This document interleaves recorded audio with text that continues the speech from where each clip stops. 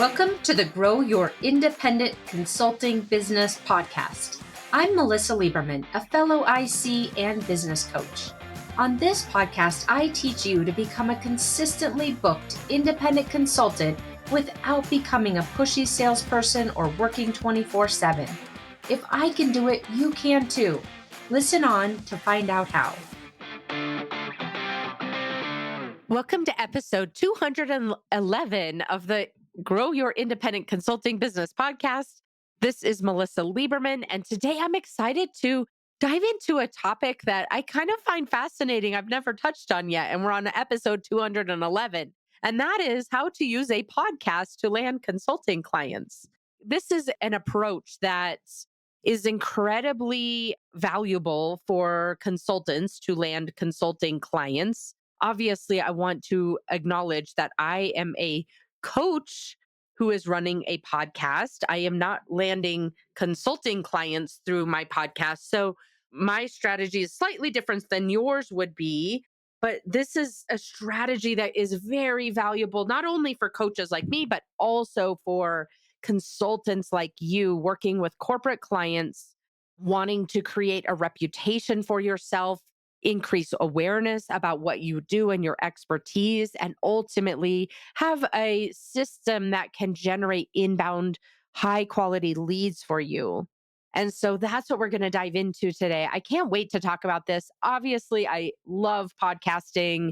It's an incredibly valuable approach to marketing and lead generation for consultants specifically. I'm not going to talk about my business today. We're going to talk about your business today and get you to the place where you can consider leveraging this strategy as a way to increase your pipeline and solidify your reputation and move up that ladder that we talk about on this podcast from time to time in terms of the evolution of a consulting business, going from feeling dependent on other sources of work like, subcontracting or staff augmentation or platforms, and moving up to where you're creating more control over your pipeline, and then ultimately becoming known for and sought after for what you do.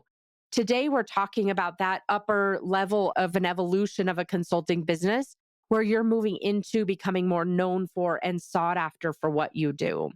So that's what we're here for. I'm excited to dive into this topic with you and help you to get to the place where you can decide whether or not you want to implement a podcast strategy. And if you do, how to go about that. And if you don't, at least you've considered it, here for the next quarter or two or three or four as something you've ruled out for now and might come back to reconsidering later. So, with that, let's talk about today's agenda and then we'll dive right into the content. I'm so excited to talk through this with you. So, first, we're going to talk about why start a podcast. What could the podcast look like? What is the ultimate benefit for you as a consultant? And then we'll talk about what you'll talk about. What is the type of content that you might be sharing on your own podcast if you were to start one? A lot of times we get tripped up there thinking, oh, I don't have enough expertise or enough unique expertise, or I'm not yet a qualified thought leader, whatever it is you might be thinking. I want to really dive into that in more detail. And then next, we'll talk about how to leverage the podcast to generate consulting leads for your consulting business. That's really important, especially if you're thinking about starting a podcast, thinking about that end result and then reverse engineering your podcast into that will be really important. Then we'll talk about 3 key success strategies you want to be considering when you're thinking about running a podcast. And then I'll touch briefly on the tech side of it. That's a common question that I'm asked. And so we'll just talk, briefly about what I've learned there over these last 211 episodes. And then we'll wrap it up with next steps to put this episode into action, even if you decide right now isn't the best time to start a podcast, or quite frankly, you would rather take another approach to your lead generation. If that's the case, stick around, because not only does the content we're talking about today apply to podcasts, obviously, but it applies generally to thought leadership. So whatever platform you're choosing to leverage, these concepts I'll be sharing with you today apply. All right. So that is what we're up to today. I want to share with you the companion resource that goes with today's episode, which is the business dashboard one pager.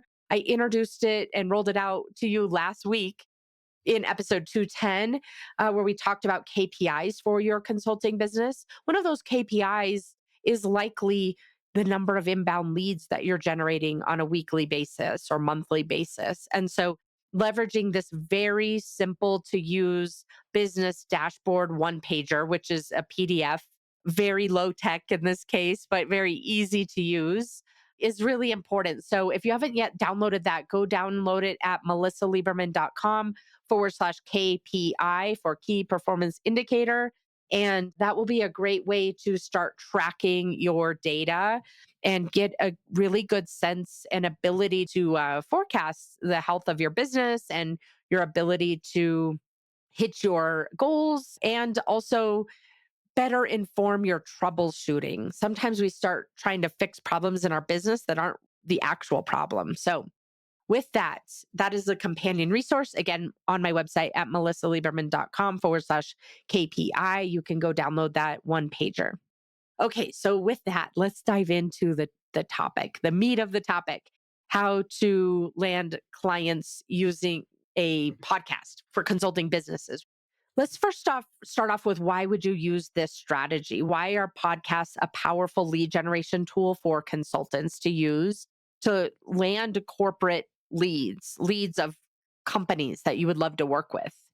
The first is that a few things. Number one, there's some obvious, and then there may be some more not as obvious. The first is having a weekly podcast creates a repeatable process for you to drive inbound leads, where every week you're creating a forcing function for yourself, where you're creating content or where you are, like I did for you today, or where you're interviewing someone and creating that dialogue. You've got a repeatable process that can help you to drive inbound leads.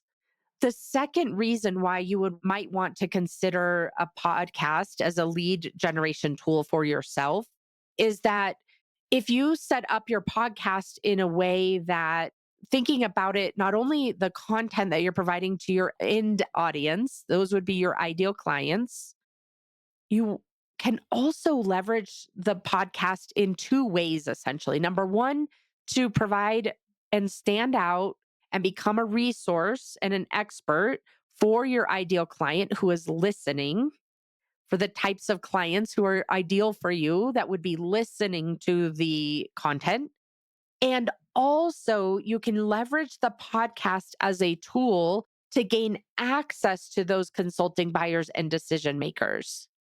Let me tell you more about what I mean by this. So, when you think about what you would be talking about on your podcast, let's say that you're a leadership consultant to help make teams more effective. You might be talking about different strategies and techniques and tips and case studies and stories related to making teams more effective. At the same time, you can be pulling in HR leaders who would be your buyer, the buyer of your consulting services. They might not yet be a prospect or a client or even someone you know yet, but you've got now this platform that you can be pulling in potential clients to come and talk with you, to provide a voice of the industry on your podcast. You've got something valuable for them to be able to come on, be interviewed, to share their perspective, to give back to the industry, and also for them personally to build up their own brand reputation as an employee. That is an incredibly valuable tool because so oftentimes one of the biggest blockers for lead generation as a consultant is how do we talk to the right people? This gives you a platform, a mechanism that you can, easily get your foot in the door, more easily, I should say, get your foot in the door with a potential client who you may not be able to speak to otherwise or meet with otherwise. So it's a really interesting, unique kind of backdoor way of talking with your potential buyers, decision makers, others in the industry where you're not only, it's kind of like a double win, right? You're building your reputation as an expert in and a connector and someone who is a thought leader in your particular space. And also it gives you a mechanism that allows you to start talking to some of those companies that you might not otherwise be able to get, a meeting with. So that's why this can be such a powerful lead generation tool when you're doing it in an effective way. And we'll talk more about those success strategies here in a moment. Here are a couple of bonuses that I find also for leveraging a podcast as a lead generation tool for you as an independent consultant. And that is it gives you a forcing function, like I was just mentioning a little bit ago. It gives you a forcing function not only to have a repeatable process every week to keep you consistent. As we all know, it can be really challenging to stay consistent with lead generation when we have so many other things on our plate, but it can also be a forcing function to help you take a step back out of your day to day of running your business, out of your day to day for delivering for particular clients, and to think more broadly about the industry that you work in, about your specialization, about your specific niche within the consulting world. So that can be really valuable because week over week over week, as you're forcing yourself to take a step back, think about what the content might be. If you're producing something like we're doing today, where I'm just speaking with you, I don't have an interview, it can really help you to create a mass of a different way of thinking about things than you might when it's a little more myopic working with a given client or thinking about your particular business itself. The other thing that I find as a bonus to leveraging a podcast as a lead generation tool for your consulting business is that it's such a powerful way to, related to what I just said, to capture your intellectual property. I honestly don't remember how many years I've been doing this now, whatever 211 divided by 52 is, 4 years, right? For the last 4 years, amassing episode after episode after episode on a weekly basis, 211 of them. That's an incredible volume of intellectual property that I've created. It didn't create it all. Sometimes we think we need to take a long weekend or go to a hotel for a week and try to, create a bunch of assets for our business. But really, it's about that small effort, small repeated effort that compounds itself. This is a way to capture your intellectual property and to have a weekly forcing function for yourself to continue to think more broadly about whatever it is you specialize in and what kinds of mechanisms and frameworks and methodologies would best solve the challenges that your ideal clients face on a daily and weekly basis. So those are some of the business drivers. Before we move on to some of the basics about what will you talk about if you were to start a podcast, I do want to give you a slight caution here. A few episodes ago, we talked about choosing the right lead generation strategy for the phase of business that you're in. If you are brand new to consulting and you haven't yet captured your first handful of clients, you might not exactly know what your specialization or niche is. You might be still having a lot of low hanging fruit that you haven't yet captured. I would suggest, thinking about what this podcast might look like for you, but it's not one of those most immediate things that you would want to be doing when you're launching a very brand new business. It's something that you can really evolve into fairly quickly, but that is one word of caution that I want to share with you because sometimes we try to rush ahead and put all of these strategies in place and miss some of the most immediate opportunities as a result. So, if you've got a lot on your plate right now, give yourself some time and think about what a podcast might look like, but this is not an emergency. At the same time, if you're at the place where you have a lot of your systems dialed in and maybe you've landed a lot of work from, former colleagues and your immediate network and you're ready to expand your business and your awareness about what it is that you do, then this could be a perfect strategy for that stage in your business. Okay, so with that word of caution in mind, now let's talk about what will you talk about on your podcast. This is one of the main blockers that I often hear from consultants is they say, I really would love to start a podcast. Not only does it feel kind of overwhelming to get one started, which I'll address here in a moment, that it doesn't have to be that hard. And also, what am I going to talk about? What is the point of this podcast? What will I come up with to say on a weekly basis? Honestly, I never really thought ahead that I would still be doing this for 4 years. I just decided that I wanted to get started and share lessons learned and stories and techniques and strategies that are working and mindsets that commonly get consultants tripped up and shifts that they could be making to be more successful. When I started, I didn't imagine 4 years down the road I would be doing this. If you asked me at the time, I certainly wouldn't. I would tell you I definitely don't have 4 years of content to be sharing on a weekly basis. But here we are, and I have so many other ideas in my queue. And it will likely be the same for you. You want to be thinking about kind of two things at the same time. Number one, you do have an expertise. Even if it doesn't feel like you might say, I'm more of a generalist. You do have a specific set of expertise. So think about what that might be and how you might share it and what that might look like. Because ultimately, what we're wanting to do is speak to your ideal client. We want to speak to your ideal client through the podcast so that they can really resonate with what you're saying, so that you're bringing things to their attention that they might not have previously considered or thought about in a while, giving them that value. And so when you think about that audience that you want to attract, then you're just reverse engineering, what do you think they need to hear? You want to be speaking directly to those people who either make the decisions to buy your consulting services or influence the people who make the decisions to buy your consulting services. And you can think about that very literally.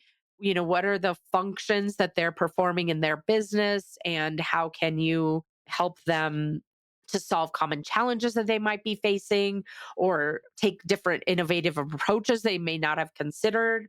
If you think about it, for the most part, they've been in their own company for 3, 4, sometimes 10 years and might not have the variety of exposure that you bring to the table. And even you sharing with them situations that are happening that help them to see, oh, everyone's facing this. We're not, an outlier, can be so valuable.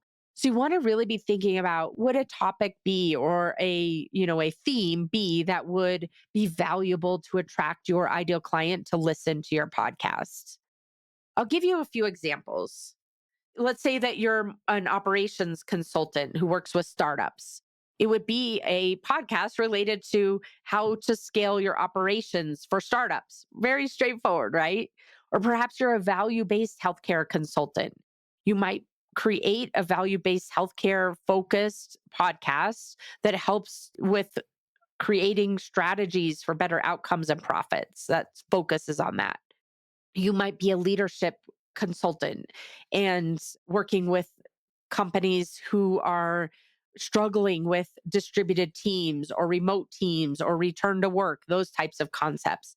So you would create a podcast that's related to building highly successful distributed teams, as an example.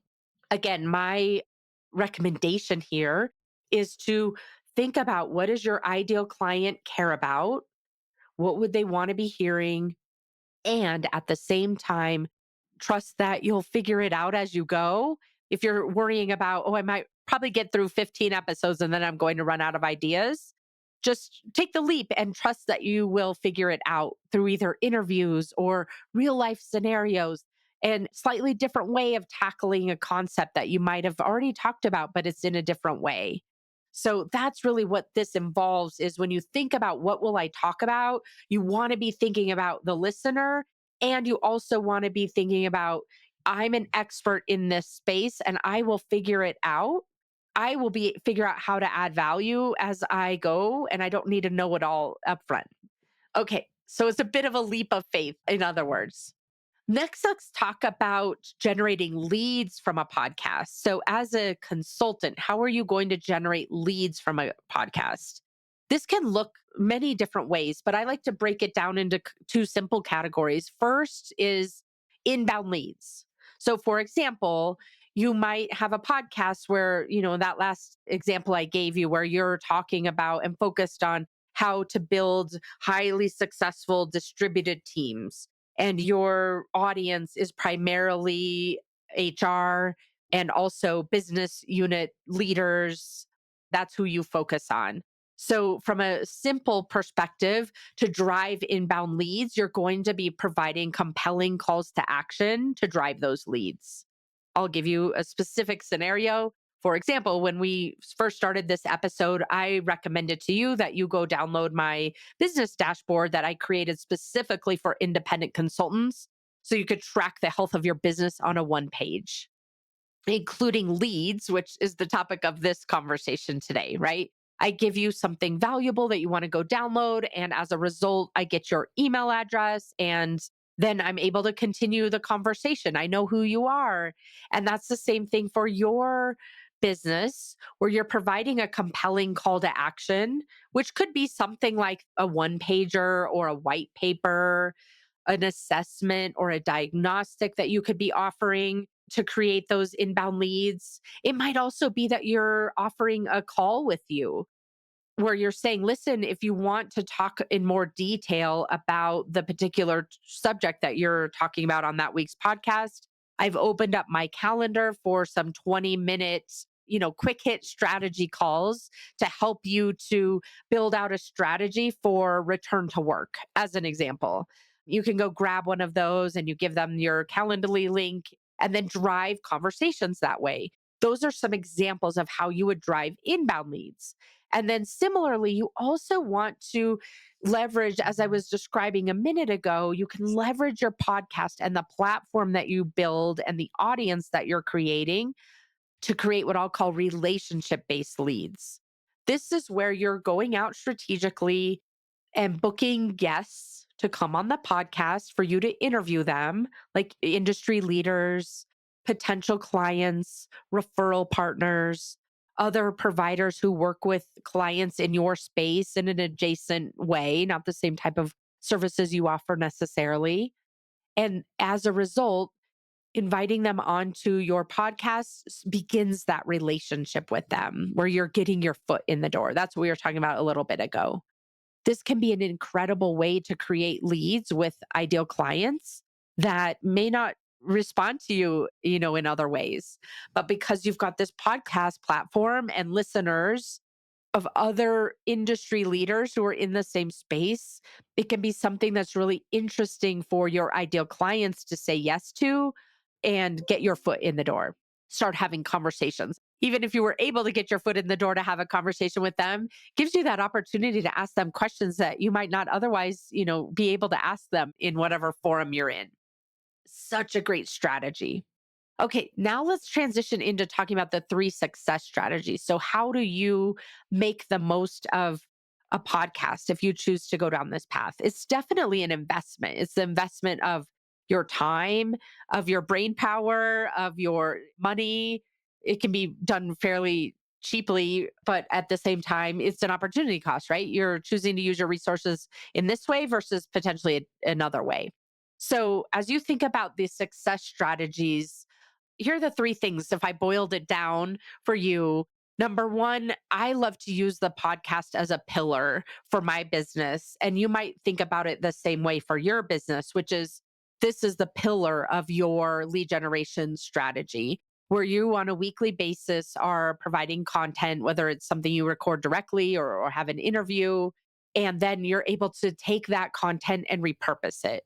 There's so many concepts that I've shared on this podcast over the last 4 years that made it into the book or that I'm able to help a client with the following week because they're asking me about it. They heard it on the podcast and we want to dive deeper, or it's something that, maybe I recorded 5 or 6 weeks ago and helps me to have tools available at the ready to help clients when they're facing challenges because I'm taking the step back every week and thinking about frameworks and strategies and tools that consultants can use to be more successful running their businesses. Similarly, for you, that ability to repurpose content, to capture tools and methodologies and frameworks that you would recommend across your clients and find new ways to articulate them is incredibly valuable. So, you want to be thinking about if you go down this path, how do you make the most of your investment? both the time and the money. It looks like, just to re summarize what I was just talking about, it looks like repurposing the content that you're creating on a weekly basis. Maybe it is the source of a quick LinkedIn post or an email to your email list or a LinkedIn newsletter that you post. There's so many different ways to make the podcast content go so much further for yourself and your business. And then also, it can be a really great way to capture those tools that then you're able to use with your clients, also helps you to create that list of assets essentially. Okay, the next success strategy you want to be thinking about to make a podcast successful is to manage your mind. I'm sure you are not surprised that part of this is mindset. You can rarely escape an episode with me without talking about mindset. Your brain will try almost anything to keep you from making changes, from doing things that are out of your comfort zone or just even out of the norm. Maybe it doesn't feel particularly scary to you, but it's just something new, a new layer to add on to your business. Your brain is trained to keep you from making these types of changes. And so it may sound like, oh, you're not enough of an expert, or this will take too much time, or you won't be able to find enough guests, or corporate communications won't allow guests to come on, or this is too much of a reputational risk, or you're an imposter, whatever your brain has to offer to you. I want to first say to you that this is normal. Almost all of us have this same inner dialogue. And I'm probably had it earlier today when I was even writing this episode, right? It's not a problem. Don't let those stories in your mind or those sentences in your mind keep you from going forward. Their excuses. Again, it's to keep you from taking a new step in your business or doing something that is not as familiar to your brain as other things are that you're doing. So, one of the sentences that I love, well, number one, I want to say to you from a success strategy perspective, number one, being really aware of these sentences that are happening and what also might feel really logical, like we don't have time right now to do this. Maybe we'll do it next quarter.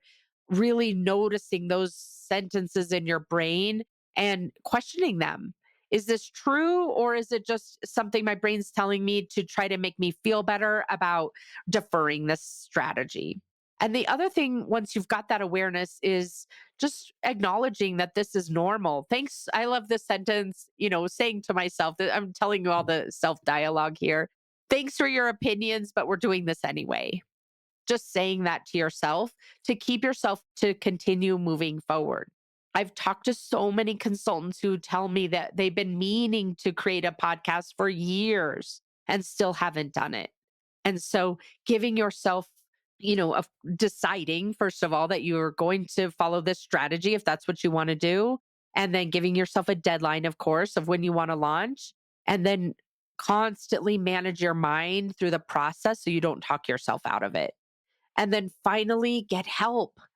I have a lot of help with this podcast. I have a podcast producer who's amazing, and I write the podcast, obviously. I record it, and then I give her the audio file and she handles everything else. She handles the editing, she handles the putting it all together with the music and the intro and the outro. She makes sure that any links that I reference when I'm talking, either planned or kind of on the fly, are in my show notes. She writes all of the show notes. She writes all of the details that go into the podcast player. She creates all the visuals. She creates an audiogram. I have an assistant who then posts that audiogram on LinkedIn and makes sure that my newsletter is done on a weekly basis. I write the newsletter that's related to the podcast, but then she takes that and repurposes it onto LinkedIn. So there's a lot of help that I get with this process that makes it so much easier. If I had to do all of those things myself, I know two things. Number one, I would be doing at the very last minute, probably like midnight, but when it was due to be published. And also, I would just burn myself out as a result. So get help, find a podcast producer, find an assistant that can help you with some of the making sure that people know that you're podcasting by posting related content on LinkedIn as an example, or sending emails to your list, for example. And then also, another way you could tackle this is you don't have to take the entire podcast on yourself. I love doing it because I love doing things on my own and not having to get other people's opinions. But at the same time, it can be really valuable. I've got, a lot of consultants who build podcasts with more of a consortium type of an approach where they've got a group of two or three consultants who are working with the same type of client, but in different capacities to create a consortium. I think we talked about that on the trends for 2025. So, why not take that type of consortium you might have built, either kind of formally or more loosely, and come together and create a podcast so it doesn't feel like so much heavy lifting for yourself? There's a lot of ways you can accomplish what we've been talking about today and make it easy on yourself to do so. So, those are three of the success strategies that you might consider as you're thinking about launching a podcast. Now, let's talk about one of the most common questions that I get, which is the tech side of this. There's so many tools out there right now. Even in the last 4 years since I've been doing this, there's so many more tools that are available now that were not available when I first started.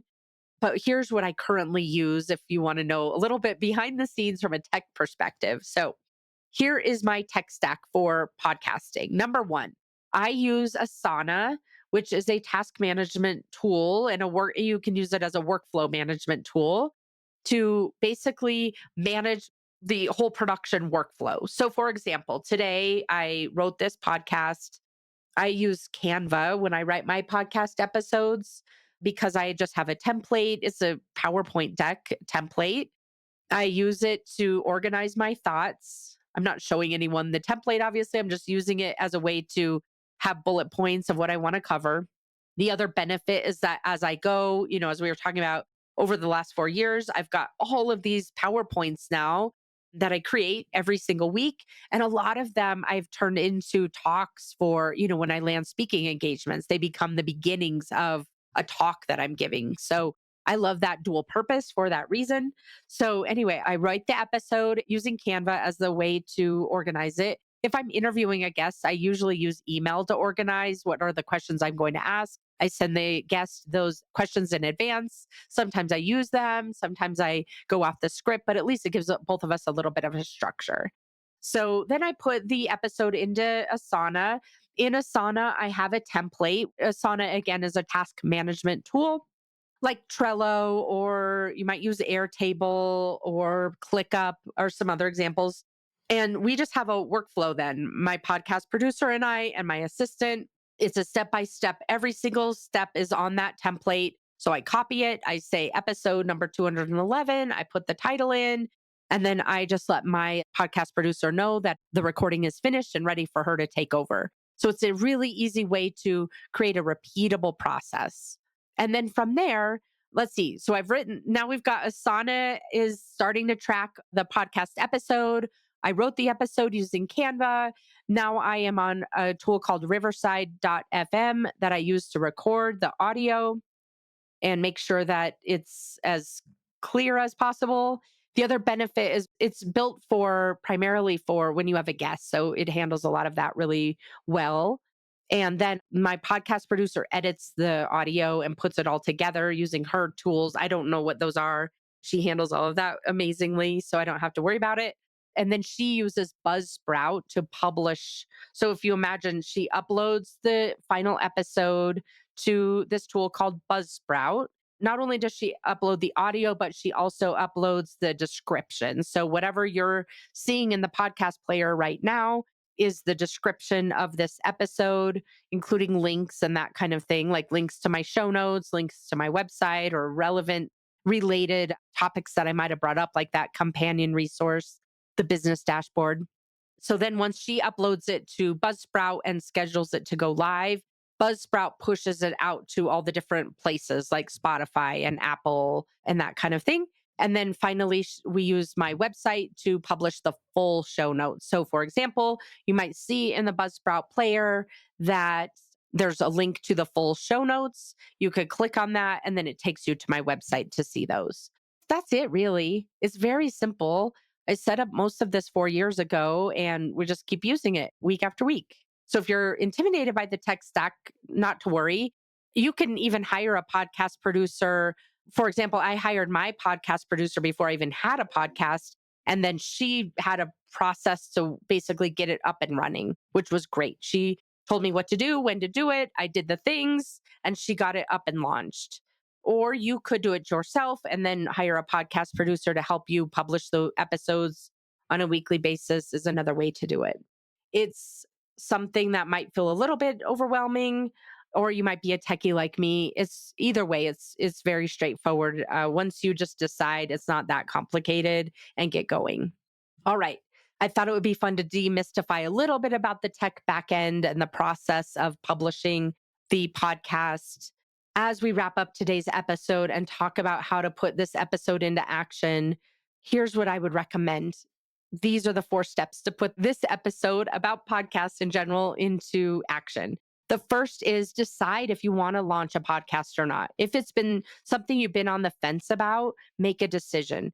As we've talked about on this podcast many times, you don't want to have these open cycles in your brain. You want to make a decision and then stick with it for a set period of time until you decide you're going to redecide. So make a decision. If it's been something that's in the back of your mind that you've been considering, like bring it to the forefront of your mind, make a decision about what job would you want a podcast to do in your business, which would likely be generating leads or opening the door to relationships with your ideal clients and prospects. And like I said, make that decision. Maybe it is, yes, I'm going to go forward and I'm going to launch it at the end of Q2, or maybe it's a no for now and I'm going to revisit it at the end of the year. For you, whatever that is, make the decision. Choose your date. If you decide to go forward, choose your date, build a plan, and then get help like I was describing. Get help from a podcast producer. Consider hiring an assistant who can help you with some of those, disseminating the content that's related to, and you can repurpose the content so you're getting the most out of it. And get help from someone like a coach like me who can help you to figure out how does this strategy fit into your overall lead generation ecosystem and to optimize it so that you're creating more high quality leads and walking them through a highly effective converting sales process. All right. If that's of interest, you can reach out to me, find a place on my calendar at consultmelisa.com to book a coaching exploratory call, and we can decide if coaching together is a good fit. All right. So excited you tuned in today. Hopefully this episode is inspiring if it's something that you've been thinking about starting a podcast. And I will talk with you again next week. Take care. Thanks for joining me this week on the Grow Your Independent Consulting Business podcast. If you liked today's episode, I have 3 quick next steps for you. First, click subscribe on Apple Podcasts or wherever you listen to make sure you don't miss future episodes. Next, leave me a review in your podcast app so other independent consultants can find and benefit too. And finally, to put the ideas from today's episode into action, head over to melisaliberman.com for the show notes and more resources to help you grow your consulting practice from your first few projects into a full-fledged business. See you next week.